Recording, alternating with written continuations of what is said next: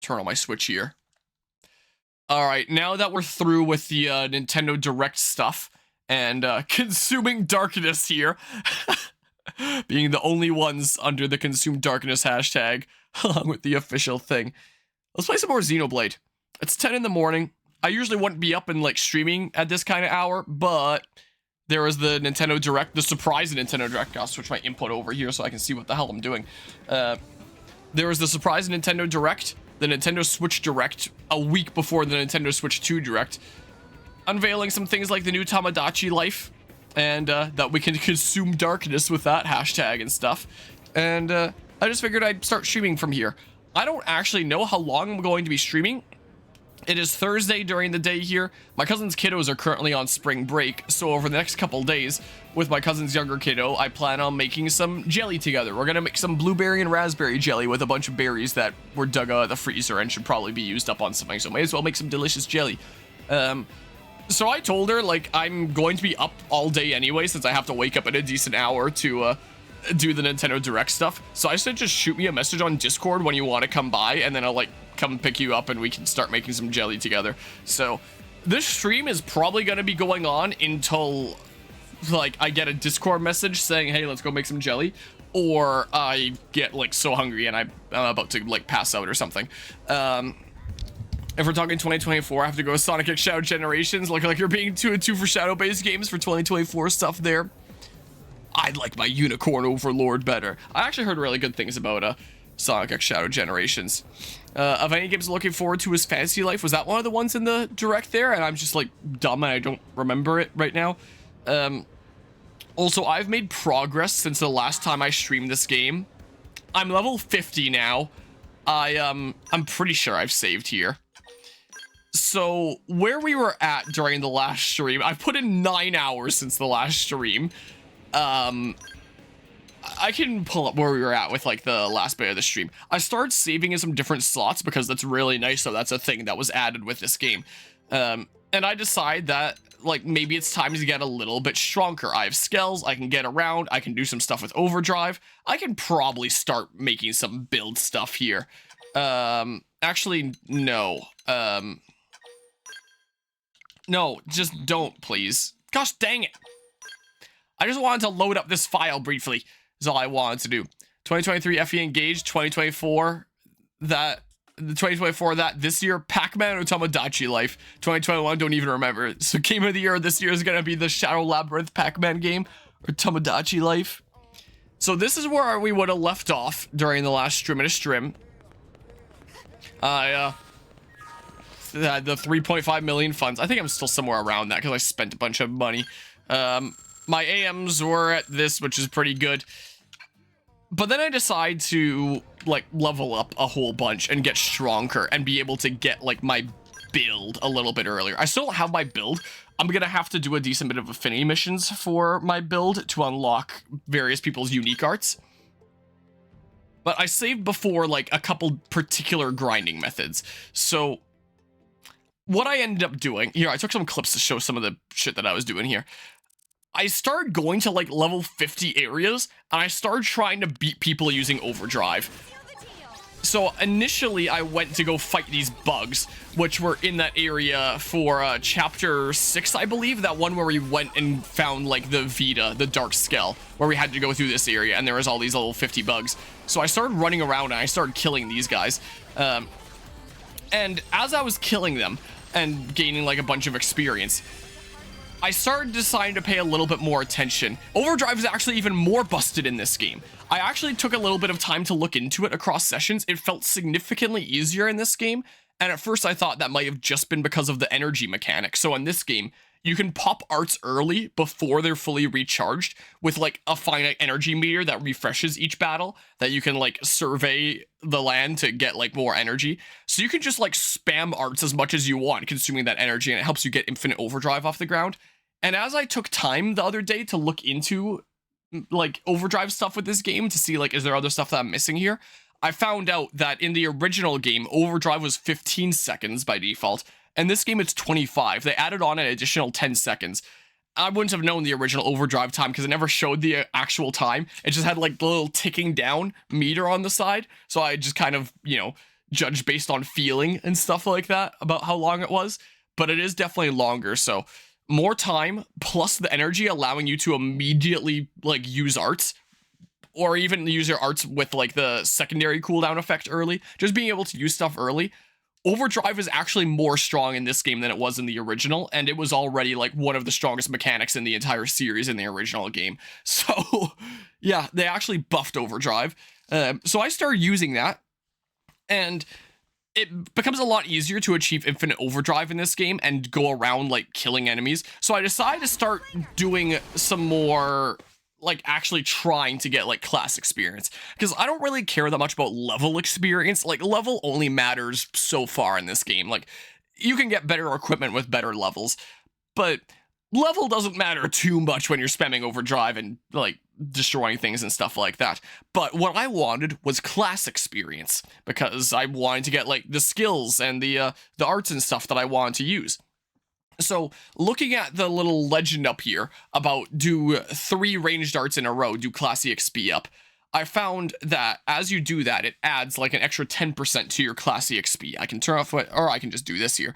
It gives you a 10% bonus to your class EXP, but it keeps on going up. And not every time that you use 3 ranged arts in a row. Like if you use 4 in a row, that'll give you another 10. 5 in a row, that'll give you another 10. Just as long as you use a ranged art when the previous 2 were ranged arts. So I would basically just spam sliding slinger over and over and over again, use violent streak when it's charged up, just spamming my energy there, since that's a thing that you can do unlike the original game, and just get up my bonus. I did find out that it caps at 200%, and sometimes I would have to chill out and use Ghostwalker just so that I wouldn't die, and then I would have to, you know, do 2 setup sliding slingers before, like, the next one gives class experience. So sometimes I would go hard on sliding slinger until, like, 100%, sometimes I would go until, like, 80% bonus, then Ghostwalker, then go to, like, 160% bonus, Ghostwalker, then try to get to 200%. So I started farming a shit ton of class experience by doing that, since I could basically just spam sliding slinger back and forth, and every single time I used one of these range arts, I got another 10% bonus to my class experience. So I started getting a lot of class experience, and a bunch of stuff early. Yeah, just playing it safe there using Ghostwalker. So I was only going to be getting 150% that time. And sometimes when someone was about to die, I would go aggro another bug, run back, kill the first bug, and then that close to 200% bonus slash in progress to 200% bonus would carry over into like a second enemy is what would happen. Is there any reason to use other classes over just going back to the Drifter class to start with, since Drifter has the most skill slot? Mastermind has a potential boost. So in terms of like what you want to be in at the end of the day, it sounds like, because I did take some time to like look into things and refresh myself over like the intricate mechanics of Xenoblade Chronicles X. It sounds like you would either want to be in Drifter or Mastermind, because apparently Mastermind comes with like passive boosts to your potential to, you know, boost up the power of like your TP arts and stuff. So if that synergizes well with your build and you're willing to sacrifice a skill slot for it, then it might make sense to go into Mastermind. Otherwise, it makes the most sense to go into Drifter. So like I'm in Drifter right now in like my current save file. But yeah, so this is, I just took a whole bunch of clips to show, so it's on camera, basically how I went about this for a little while. It was these bugs for a while. I guess this is probably where I hit 200%, and so I wanted to save it as a clip. Because I didn't realize that there was a cap, I thought I could keep on going up. Oh no, maybe this isn't the, maybe I did realize before this point, because I got to 200 and then stopped. But yeah, I started getting like level ups and class ranks up like crazy. So basically, almost all of my party members are now maxed in their classes. I think it's just Lin and Lao that aren't. Everyone else has their classes maxed. So then I came to like my more traditional end game kind of grinding place. Yeah, they do. They do have like bonuses there. But realistically, Mastermind is probably the only one that you potentially want to go into. It is like the tried and true main thing to go back to Drifter, yeah. Like, that's the most default, best kind of option there. But there is potential reason to go into other classes, quite literally. I started coming to this area that I remember farming these guys in my Skells during, like, later parts of playthroughs many years ago. Like, the first time I ever played Xenoblade Chronicles X. I'm pretty sure this is where I came to grind for the end game. But I grinded against these guys in Skells back then. I did find out that these guys weren't really the best to be grinding on the ground, because I couldn't reliably beat them because they use multi-hits.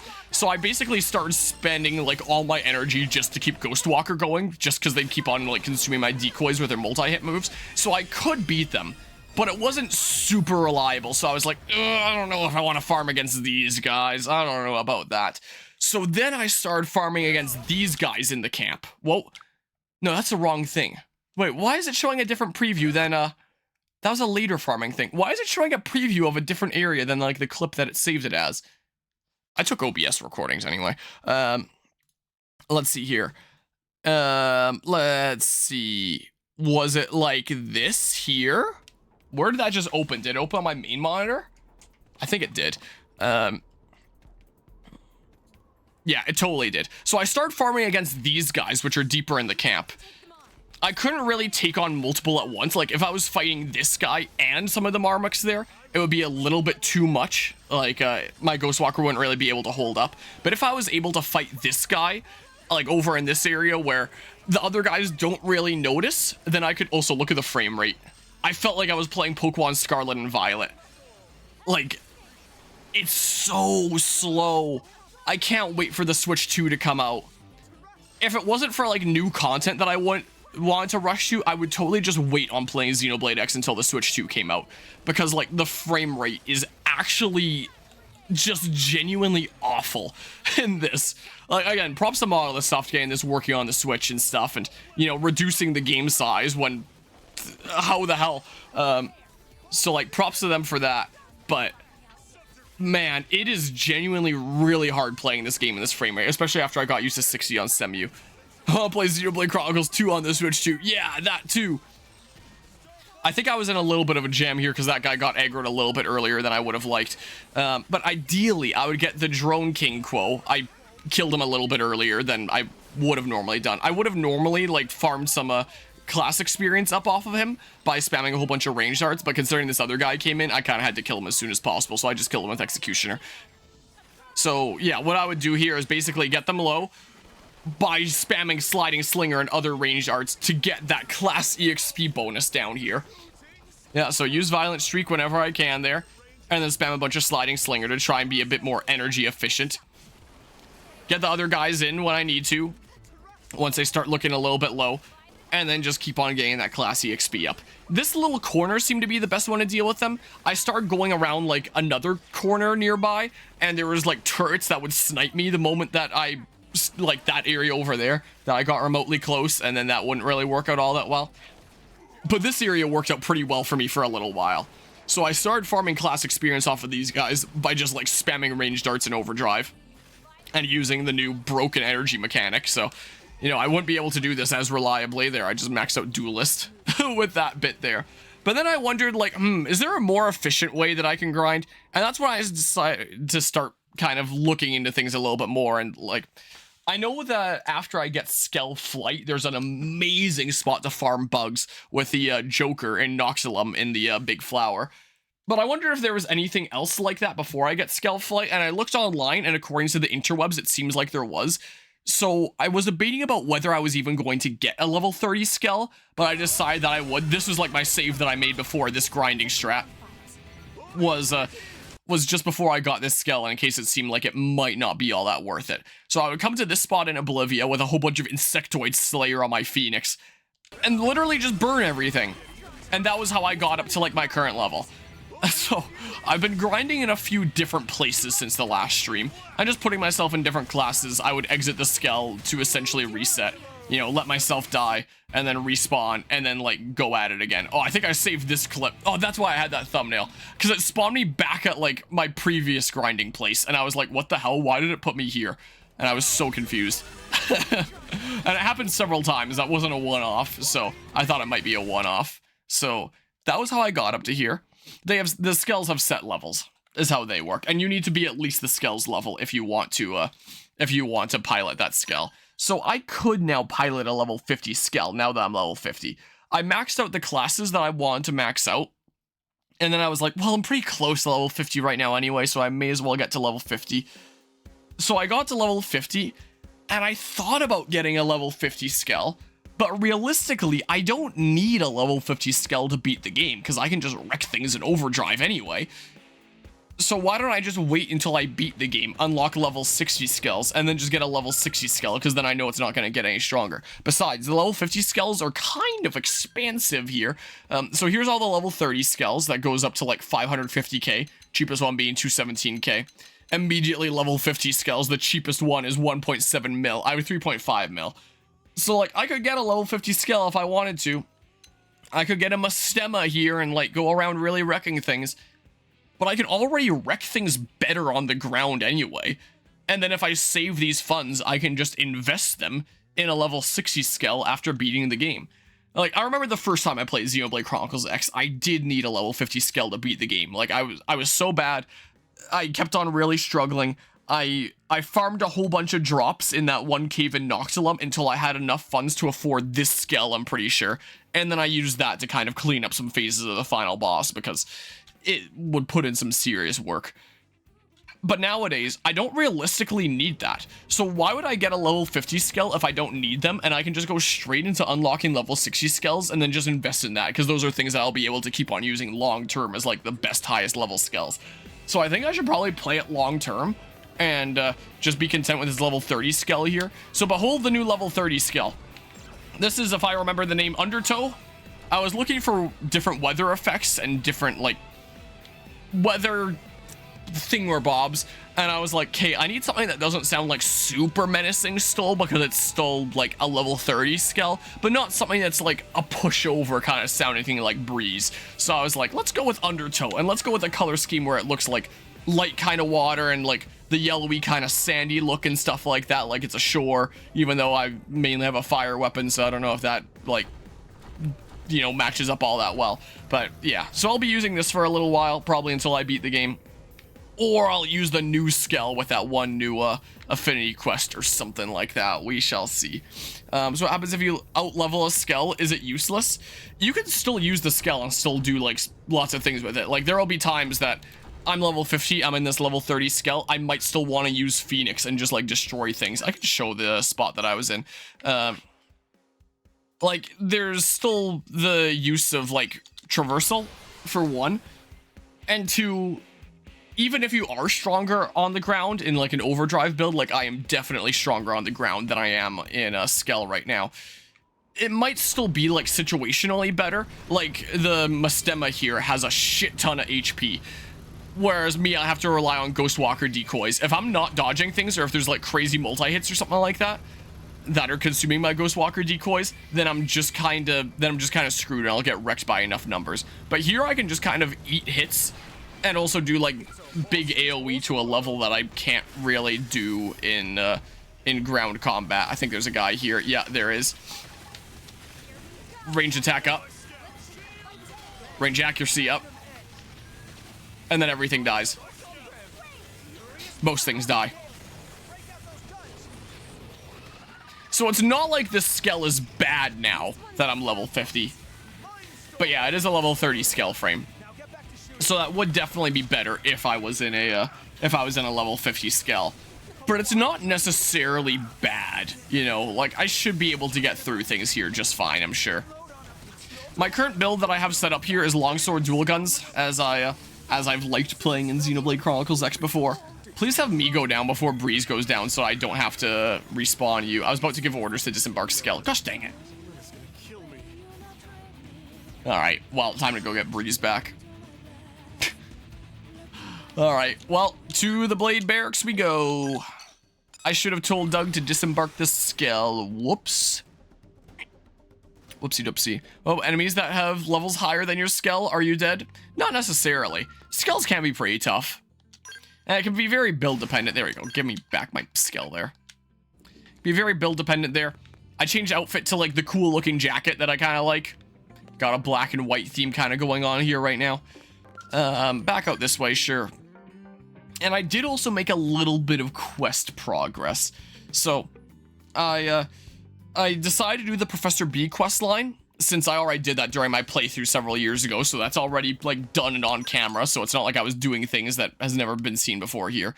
So yeah, the, Professor B's return, and Mystery Man, like, unlocking Professor B here, doing his first quest. Both of those are done. If anyone wants to see what those quest lines look like, just go to like my Semu playthrough of Xenoblade Chronicles X and just look up Professor B. Just Control F Professor B and you'll find these two quests right next to each other. So yeah, those are done on camera, so I felt free to do them on my own time. And those are especially important ones to do because they unlock a new arms manufacturer, and I kind of wanted that. I've also since leveled up my arms manufacturer since I was gaining a whole bunch of, like, Moranium since the last time. Factory 1.21 for doing the Professor B quest line. A privately owned arms manufacturer known for unique aesthetics and singular craftsmanship of its custom-made products, and has quickly built up a cult following of supporters. Yeah, you can take a bunch of my Moranium now. Here you go.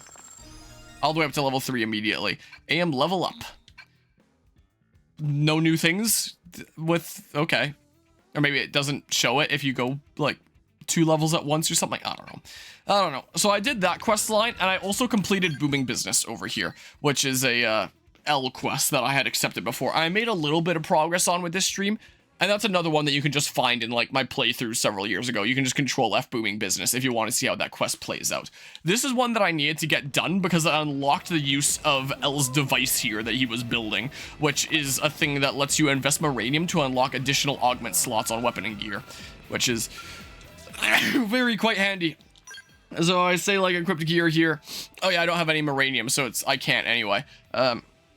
But I'd be able to unlock augment slots that lets me slot augments onto my gear. So that was this is very much a thing that I wanted to have unlocked here. So I got that unlocked.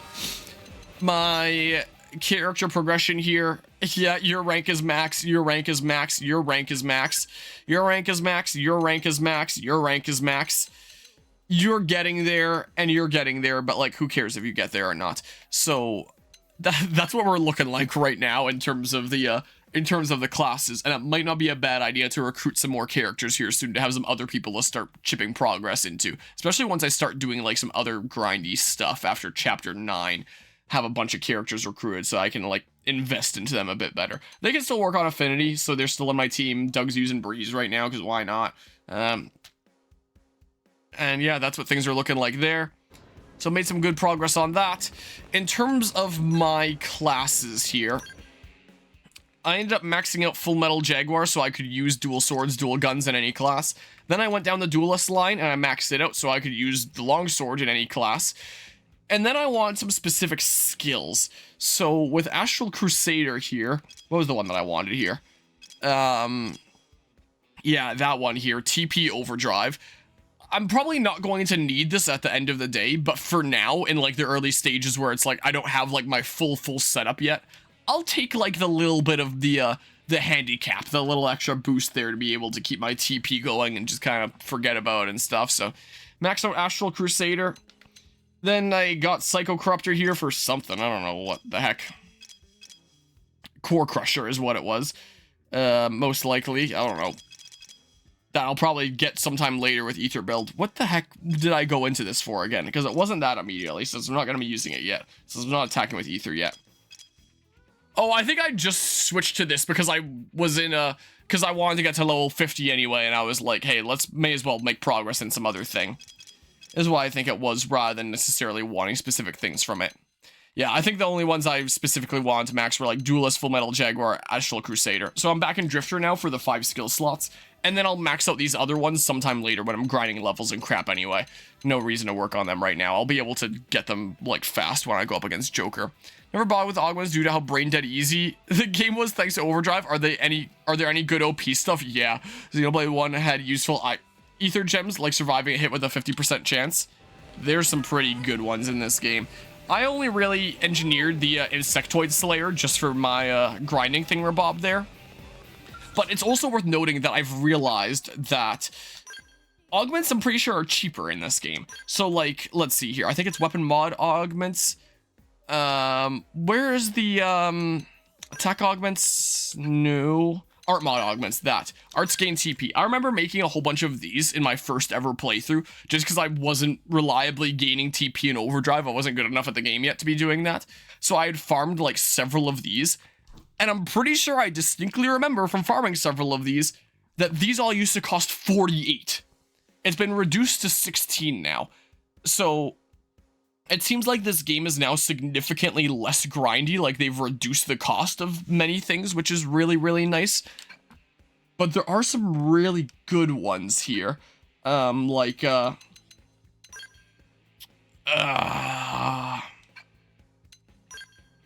where is the, you can get bonus damage against specific enemy types. Where is the, you can just boost, like, damage types by a percentage, and you can't go wrong with that. Where is Core Crusher? Overdrive augments. Something like this can be really good.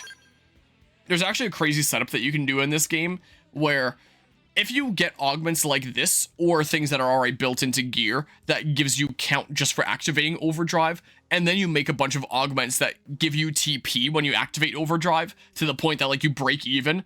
If you get enough of those, so that you gain 3000 TP when you activate overdrive, and you have at least a augment on that gives you count when you activate overdrive, then you can immediately get max overdrive just by spamming A, and activating overdrive over and over again, and it just being fully refunded each time and giving you count every time you do. And then congrats, you've now gotten max overdrive for doing nothing. You don't have to worry about building up count ever again. So there's some really cool things that you can do there. Where is Core Crusher and stuff? It wouldn't be Soul Voice augments. Special augments? Here, stuff like this, Appendage Crusher. So stuff like this, I forget exactly how it works here, but this is a thing where it's like, it lowers your foe's defense by a tier when you're targeting an appendage, and if you stack like several of these on, you start doing like a shit ton of damage. And there's also things like, boost, yeah. I'm sure it's somewhere here. I don't remember where to find it, but in classes here, the, show skills. Core Crush. I know that there's an augment for this. I don't know where to find it, but I know that you can get an augment for this as well, I think. Where it's like, you can't deal damage to appendages, so you can't break things anymore if you're trying to farm, but you're doing plus 50% damage when you're doing like ether-based attacks, which are already like doing some pretty high damage typically. So like, you can do a shit ton of damage with some right setups here. You know, still prefer that gem minigame from Xenoblade Chronicles 1. So much fun when you know how to exploit it. It can be, but you also still rely on RNG to an extent, and it's like, man, it was so close to ranking up, and you get a little frustrating from that. So yeah, that's my setup here. After looking into overdrive stuff, I've since found out that purple arts are pretty useful in overdrive because they'll gain you TP based on what your current count is. So they're a pretty reliable way to get TP up as well. I'm basically just focusing on ranged with the current setup, while having an option of an orange art and a purple art. So I have all my stuff that I want to use the most kind of together here in a bit of a group. But I would like to replace a bunch of things here later as I get new stuff. After looking into overdrive stuff, I also found out why, when I was playing Elma and using Ghost Factory, I was gaining so much count. Like, I was surprised at a couple instances. I reminded myself that I was surprised at a couple instances when I was going through my previous parts of me saying, like, why my overdrive count go up so much after I used Ghost Factory? And apparently, the reason is, under normal circumstances, you use a green art and you get, like, a smidge of overdrive timer based on your current count. Like, I've already known about that. But I got a shit ton of count from Ghost Factory, and I thought that was because, like, it was a TP green art, like maybe TP green arts gain more. Turns out the reason is because it's a buff that affects all 4 party members, so it adds to your overdrive count for each party member that it affects. So if I was gaining something like 4 seconds or something like that for using Primer, I'd be gaining like 15 or something seconds for using Ghost Factory when I had that on. So yeah, that became a very useful way to extend overdrive, and I found out that green arts that buff the entire party are very, very useful for extending overdrive, and that's the reason why it shot the count up so much. So, interesting here. In terms of other things that are interesting and potentially worth running sometime later, I've found out that Sky High apparently keeps you, like, at least in the original game, keeps you in the sky for a little bit. So if you're fighting like an enemy in the air and they break your skull, you can use Sky High, hover in the air, and have enough time to be using like offensive stance, blossom dance, overdrive kind of stuff. I also still have early bird on here rather than offensive stance, just because I want to get like some of my other my other things here first. This is boosting melee attack mainly, not range attack. So I feel like early bird still works better for what I'm doing here. And then once I start getting things like Blossom Dance, then I'll refund what I had invested into this. And then I'll put offensive stance on instead. And then I'll start wrecking things with Blossom Dance. This is what I'm thinking here. But I'm not at that point yet. So yeah. AoE healer is what makes it easy to overdrive. Yeah, I heard about that one. The smooth recovery, I believe it is. That I've definitely heard that now. To keep on spamming that and keep overdrive going. So that sounds rather strong. So in terms of what I need to do, in terms of the path forward from here, now that my level is really high and like stuff around here is going to be super low level, I can probably ham a lot of stuff out. And the things that are going to be my priority are going to be getting to chapter 9 so I can get Skell Flight. And then from there, I can go around and get like the last of the FN sites and make like really strong probe networks. A lot better than this. As I've been exploring around, I've also been getting like a few better probes. I've been slotting them in some of these open spaces here. So I have another research probe here even. Do I have another open slot somewhere, or did I fill a whole bunch of stuff? But yeah, once I get Skell Flight, I can fly around, get the last of the FN sites, and I can also try to get like the rest of the containers that I didn't have. If there's any tough enemies guarding any containers, I should probably be able to fight them now. So I should just be able to go around getting like most of the other probes. Some of them will still be locked behind like certain quest lines that I won't be able to do yet. But yeah, I want to kind of laser focus chapter 9. I also wouldn't mind doing this new quest, this one, the new Skell on the block, to unlock the new Skell that they add with Definitive Edition. Maybe before chapter 9, so I can see what it looks like before and after Skell Flight, in case it looks like a little bit visually different, like a lot of Skells do. I would be intrigued about that. Once I unlock Nagi, I'm going to want to focus down his quest, because I'm going to want his arts. Once I get Celica, I'm probably going to want to get 0-0 from doing one of her affinity quests, but I don't have her thingamabob yet anyway, so that's going to be a little bit of a hot second. I have some more heart-to-hearts that I can do now, so I may as well do those and get some more segment recon. I did complete the segments of like the character hangouts of just go talk to people once and get like some segment recon. I also got a little bit of segment recon in Primordia, just of like looting stuff because I felt like it. So I have like some more of these checked off, but once I get Skell Flight, I should be able to get all of them. So I figure, hey, let's not go too ham on this for now. Let's get Skell Flight first, and then I can go around like filling things. I can probably go around killing a bunch of tyrants as well. Like I could probably take on something like this right now anyway. Level 60, I'm level 50 and I have overdrive stuff. I can probably take him. So I'm kind of trying to do like a bunch of housekeeping stuff. There are also some important quests for me to do at some point here. One of the things that I forgot about the original game is there is actually a decent amount of basic quests that are important. So in the original game, when you got up to level 4 of a particular type of field skill, you could have the basic mission of Off the Record appear for that field skill. Show off both your wit and the full power of a Mimiazome. Navigation unavailable. I presume that in this game, you just get all the Off the Record like quests available from the get-go, considering you can already harvest everything but a few things anyway.